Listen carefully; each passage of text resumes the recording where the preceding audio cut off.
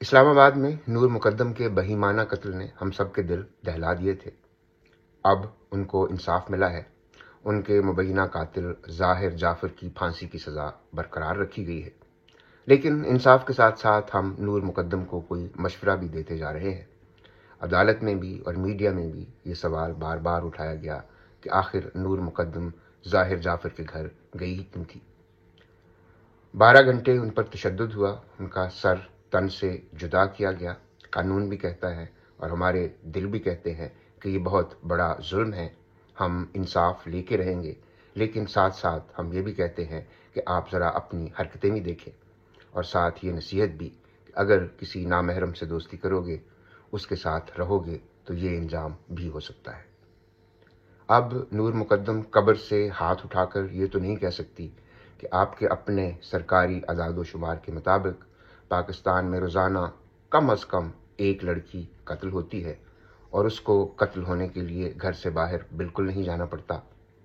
اپنی عزت بچاتا بھائی، غیرت میں بپھرا ہوا باپ، یا تھکا ہارا غصے میں آیا ہوا شوہر، یہی سب گھر میں اس کی جان لیتے ہیں۔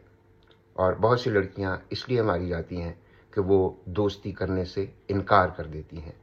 ناکام عاشق کے ہاتھوں لڑکی کا قتل ہونا پاکستان میں ایک چھوٹا موٹا قومی کھیل ہے۔ بار بار یہ بھی یاد کروایا جاتا ہے کہ ہمارے مذہب، ہماری تہذیب میں عورت مرد کی دوستی معیوب ہے، اور اس طرح کے رشتے میں جان بھی جا سکتی ہے۔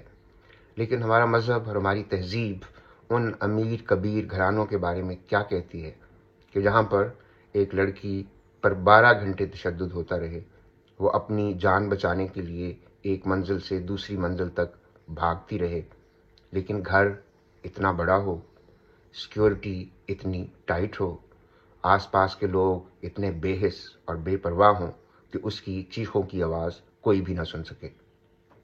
تو سرکاری اعداد و شمار کے مطابق آج بھی کہیں نہ کہیں پاکستان میں ایک لڑکی قتل ہونے جا رہی ہے۔ اگر اس کی جان بچانے کے لیے کوئی نصیحت مشورے کر سکتے ہیں تو ضرور کریں، لیکن جس کا گلا کاٹ کر اس کو دفنا دیا، اس کو اب ہمارے مشوروں کی ضرورت نہیں ہے۔